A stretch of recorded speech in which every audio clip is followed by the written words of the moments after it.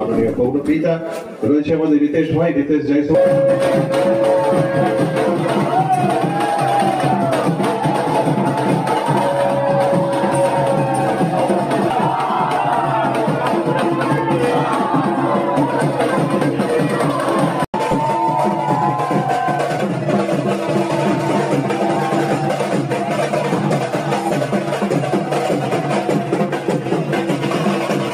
আচ্ছা, এত কিছু নাম থাকতে থিমের নাম মন্ত্রশক্তি কেন দেওয়া?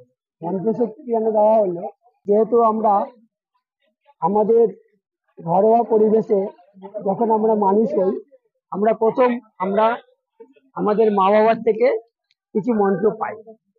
তাদেরকে বস্ত্র দিই, তাদেরকে ছাতা দেওয়া হয়, তাদেরকে সকালবেলার টিফিন দুপুরে। আমরা চাই সমস্ত দর্শক আসুক এই নতুন চিন্তাধারা নিয়ে, নতুন ধরনের প্রতিমা দর্শন করুন।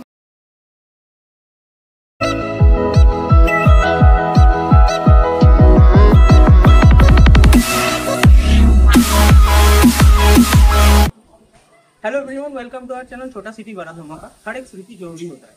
আজকে আমি আছি উল্টোডাঙ্গা পল্লীশ্রী। উল্টোডাঙ্গা অনেক বড় বড় পুজো হয়, তার মধ্যে পল্লীশ্রী একটা কিন্তু খুব ফেমাস পুজো। তো এবারে পল্লীশ্রী হচ্ছে ৭৭তম বর্ষ। এবারে ৭৭তম বর্ষে পল্লীশ্রীর থিম হচ্ছে মন্ত্রশক্তি।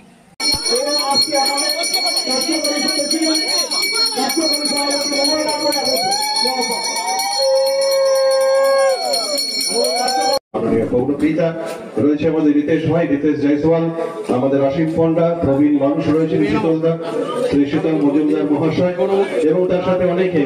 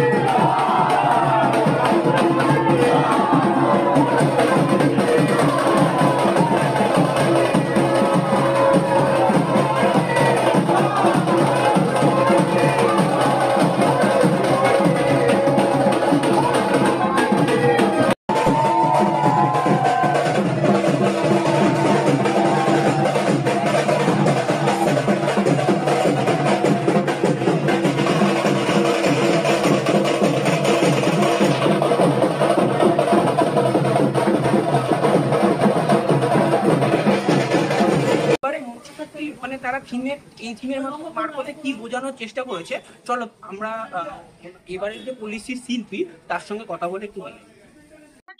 ব্যানার দেখলাম লেখা রয়েছে মন্ত্রশক্তি, বিষয়টা যদি একটু খুলে বলো আর কি। আপনারা সারা উত্তর কলকাতায় অনেক নামি দামি শিল্পী গিয়ে মণ্ডপ তৈরি করে। আমরা তরুণ শিল্পী এবং যে কোনো বাইরে থেকে হায়ার করা না, আমাদের পাড়ারই শিল্পী যিনি গৌতম চক্রবর্তী এবং বাপি পাল, এবং দুজন মেরুবন্ধনে আমরা পল্লীশ্রী ক্লাব, যে উল্টোডাঙ্গার বুকে যে পল্লীশ্রী ক্লাব, তা অনেক বড় বড় থিম। কিন্তু এবারে আমাদের চিন্তা ভাবনা যে নতুন প্রজন্ম, নতুন যারা শিল্পী, যে পাড়ার 13 নম্বর ওয়ার্ডের বুকে যে শিল্পী রয়েছে তার প্রমাণ আমরা দিতে চলেছি। তার শিল্পী আমাদের মধ্যে উপস্থিত, তার থেকে আপনাদের যা জানার সম্পূর্ণটাই জানবেন। দেখুন দাদা, মন্ত্র কথার অর্থ হচ্ছে মনের অন্তর থেকে যা উচ্চারিত হয় তাই হলো মন্ত্র। তো আমরা তার ব্যাপকতা এখানে আমরা সৃষ্টি করছি। চিরাচরিত যে সাংস্কৃতিক যে মন্ত্রগুলো আছে তাকে আমরা আমাদের সহজ সরল ভাষায় আমরা নিয়ে এসে একত্রিত করে এই পল্লীশ্রীর পূজা মণ্ডপটাকে আমরা তৈরি করছি। আচ্ছা, এবারে মূলত প্যান্ডেলে কি কি ম্যাটেরিয়াল আমরা দেখতে পাবো? ম্যাটেরিয়ালস মোটামুটি যা যেরকম ভাবে এই বাঁশ, কাপড়, তিরপল এইগুলো হয়, ঠিক আছে।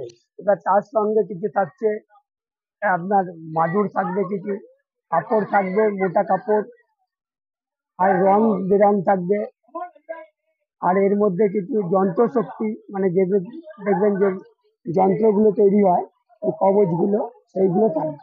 আচ্ছা, এত কিছু নাম থাকতে থিমের নাম মন্ত্রশক্তি কেন দেওয়া? মন্ত্রশক্তি কেন দেওয়া হলো, যেহেতু আমরা আমাদের ঘরোয়া পরিবেশে যখন আমরা মানুষ হই, আমরা প্রথম আমরা আমাদের মা বাবার থেকে কিছু মন্ত্র পাই, ঠিক আছে।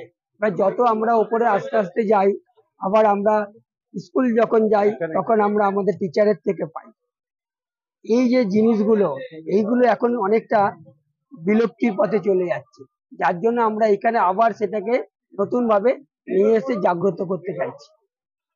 আচ্ছা, আর এবারের প্রতিমা শিল্পীকে? প্রতিমা শিল্পী আমরা নিজেরাই আমরা করছি, এখানে কোনো আলাদা ভাবে কোনো প্রতিমা শিল্পী নাই। আচ্ছা, আর এবারে প্রতিমায় আমরা নতুন কি চমক দেখতে পাচ্ছি? নতুন বলতে আমরা যে এরকম ভাবে দেখি যে মা দুর্গা ওই সিংহের মধ্যে বসে থাকে, মহিষকে করছে, ওই চিন্তা ভাবনার থেকে আমরা বেরিয়ে এসে পুরো অন্য আঙিনায় আমরা মা দুর্গাকে আমরা উপস্থাপন করবো। আচ্ছা, তো আমরা দেখতে পেলাম এখানে অলরেডি ভাগ পড়ে গেছে, তো কবে থেকে প্যান্ডেল তৈরি? হ্যাঁ, আগামী দিন থেকে আরম্ভ হয়ে যাবে প্যান্ডেলের কাজ। আচ্ছা, তো দর্শকদের মানে উদ্দেশ্যে আপনি কিছু বলতে চান যদি? দর্শকদের উদ্দেশ্যে আগের বারেও আমরা এখানে প্যান্ডেল প্রতিমা এগুলো আমরাই করেছিলাম। আগের বারে যেরকম মানে দর্শকরা এসেছিল, আমরা চাই তার থেকে যেন পল্লীশ্রীতে এবারে বেশি আরো দর্শক আসে। মোটামুটি কবে থেকে সাধারণ মানে দর্শকরা দেখতে পাবে প্যান্ডেল? হ্যাঁ, ওই মানে আমরা মহলার মধ্যে মোটামুটি কাজটা সব সম্পূর্ণ করে নেব। মহলার মধ্যে মানে মোটামুটি তৃতীয় চতুর্থ থেকে দেখতে পাবেন দর্শক। আচ্ছা বন্ধুরা, এবার আমরা উল্টোডাঙা পল্লীশ্রীর কিছু সদস্যদের সঙ্গে মানে ক্লাব মেম্বারদের সঙ্গে কথা বলে নিই এবারে 2025-এর দুর্গাপুজোর চিন্তা ভাবনা নিয়ে। আচ্ছা, আগের বার অনেক দেখেছিলাম আপনারা সমাজসেবা করেছে মানে কাজ করেছিলেন, রক্তদান শিবির থেকে অনেক কিছু শুরু করে, তো এবারে কি সেরকম কিছু হচ্ছে না, এবার আমরা পুজোর আগে আমরা স্বাস্থ্য শিবির করেছি, ঠিক আছে। এবার পুজোর পরে আমরা একটা কিছু বস্ত্র বিতরণ এই সমস্ত করার চিন্তা ভাবনা রয়েছে। এর মধ্যে আবার আমরা প্রত্যেক বছরে আমরা উল্টোডাঙা পল্লীশ্রীর পরিচালনায় আমাদের অঞ্চলের সমস্ত মা মাসিদের আশীর্বাদে আমরা 70 জন বৃদ্ধ মহিলাকে আমরা কলকাতা পুজো দেখাই, তাদেরকে বস্ত্র দিই, তাদেরকে ছাতা দেওয়া হয়, তাদেরকে সকালবেলার টিফিন, দুপুরে ডিনার আমরা দেশবন্ধু পার্কে বসিয়ে তারা কলকাতায় এসি বাসে দিয়ে আমরা দুপুরবেলা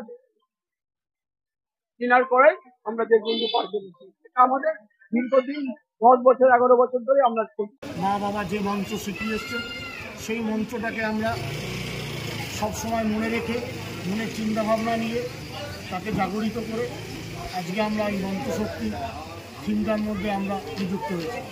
আমরা চাই সমস্ত দর্শক আসুক এই নতুন চিন্তাধারা নিয়ে, নতুন ধরনের প্রতিমা দর্শন করুন, মাকে দর্শন করুন নতুনভাবে, এবং উল্টোডাঙার বুকে এই ৭৭তম বর্ষে সকলকে জানাই আন্তরিক শুভেচ্ছা ভালোবাসা।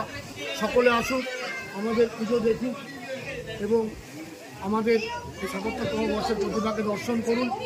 প্রচুর ভিড় হবে আশা করি এই মন্ত্রশক্তি থিমে, এবং সকলকে জানাই উল্টোডাঙা থেকে মেট্রো স্টেশন, সোয়াবাজার, বিধাননগর হয়ে আপনারা উল্টোডাঙা মুচিবাজার হয়ে আপনারা এই পুজোটা দর্শন করতে আসবেন।